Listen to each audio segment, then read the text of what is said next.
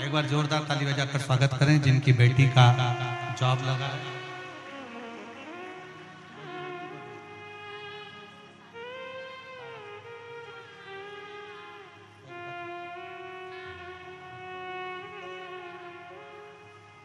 शिव देता जाता। 4 स्थान सब लोग बोलेंगे। पहला स्थान कौन सा बताया था? शिव जी की जम के बोलो जरा, चौखट दरवाजा।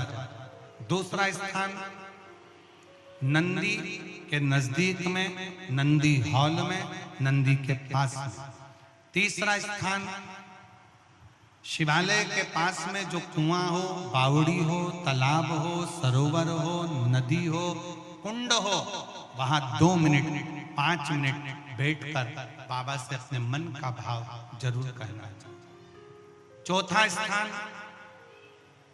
जम के बोलो जरा, शिवालय में शंकर के नजदीक में, शंकर के मंदिर के पास में जो वृक्ष हो, बड़ का, पीपल का, आंवले का, शमी का या बेलपत्र का जो वृक्ष हो, उसके नजदीक में, उसके नीचे, उसके पास में बैठकर जो बोला जाता है शिव उसको स्वीकार करता है और देता जरूर है।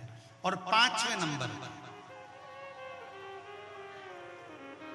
नंबर का शिव पुराण कहती है, शंकर जी के मंदिर में उत्तर की ओर मुख कर, उत्तर मतलब शंकर जी का जो शिवलिंग है ये जलाधारी है और ये पानी बहने का स्थान है।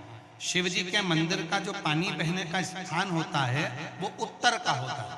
तो आप जब दक्षिण में बैठेंगे और उत्तर की ओर देखेंगे या उत्तर की ओर से दक्षिण में बैठकर शंकर का स्मरण, पूजन, दर्शन उत्तर की ओर मुख कर करते हैं या उत्तर की ओर बैठकर भगवान शिवालय में, शंकर के मंदिर में जो मांगते हो शंकर वो देता जरूर है।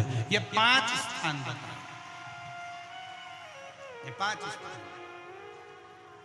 शिवालय में बैठकर, शंकर के नजदीक में बैठकर, शंकर के पास में बैठकर यहाँ मांगा जा सकता है, यहाँ शिव से प्राप्त किया जा सकता है। तो पहला स्थान जम के बोलो जरा, पहला स्थान कौन सा है? शिव जी के मंदिर का द्वार। दूसरा स्थान नंदी के नजदीक में बैठकर नंदी का हॉल। तीसरा स्थान जलाशय, कुआं, बावड़ी, तालाब जो शंकर के मंदिर के बिल्कुल नजदीक हो या शंकर के मंदिर में हो या शिवालय में। आप लोगों के स्मरण में है कि नहीं पता नहीं, पर मैं कहूं कुबेरेश्वर धाम में जहां पर कंकर शंकर शिला रखी है बड़ी वाली, आप लोग गए? कौन कौन गया है? जरा हाथ उठाओ तो जरा, सब गए हो? तो जहां बड़ी वाली शिला रखी है, कंकर शंकर जो शिला रखी है, केदार शिला जो रखी है, उस बड़ी शिला का बिल्कुल नजदीक का जो हिस्सा है, शिला जहां रखी है उसका बिल्कुल 4 कदम दूरी पर ही एक कुआं है। अब तो उस कुएं पर छत डाल दी गई है और कुएं को छत डालकर बंद कर दिया गया, पर पूरे कुबेरेश्वर धाम में जो पानी आप पीते हो, जो पानी का प्रयोग करते हो, जो पानी आप यूज करते हो, वो उसी कुएं का, उसी कुएं का। अब उस पर छत डाल दी गई। तो कई लोग कहते हैं कि कुबेरेश्वर धाम में हम जाते हैं और बाबा को प्रार्थना करते हैं तो बाबा हमारी बातों को इतनी जल्दी स्वीकार क्यों करता है? काशी में हम जाते हैं तो काशी में बाबा हमारी बातों को क्यों स्वीकार करता है? उज्जैनी जाते हैं तो उज्जैनी में क्यों स्वीकार करता है? मल्लिकार्जुन जाते हैं तो मल्लिकार्जुन में क्यों स्वीकार करता है? 12 ज्योतिर्लिंग जितने बने हुए हैं, इन 12 ज्योतिर्लिंग के शिवालय में, शंकर के मंदिर में जल का स्रोत है। जैसे विश्वनाथ जी के मंदिर में, काशी में ज्ञानवापी है, जैसे उज्जैनी के अंदर महाकाल मंदिर में ही सरोवर है, जैसे मल्लिकार्जुन में जब दर्शन करने जाते हो तो पास में एक कुआं है, उसी तरह प्रत्येक शिवालय में भीमाशंकर चले जाओ, त्र्यंबकेश्वर चले जाओ, तुम्हारी मर्जी पड़े जिस ज्योतिर्लिंग में जाओगे। आप केदारनाथ जाओगे तो ओम कुंड है।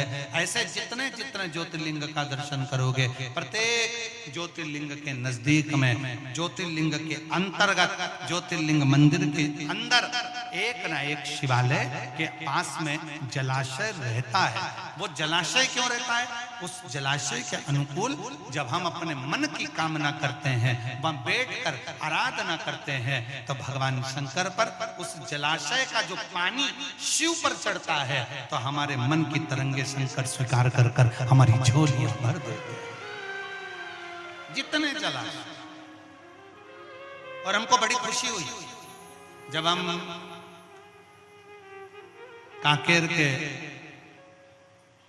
मां शीतला के कांकेश्वरी मंदिर में जब हम दर्शन करने के लिए गए, वहां पर शंकर का शिवलिंग भी है। तो वहां जब हम दर्शन करने के लिए गए तो हमने देखा कि ऊपर एक छोटा सा कुंड बना हुआ, छोटा सा झील है।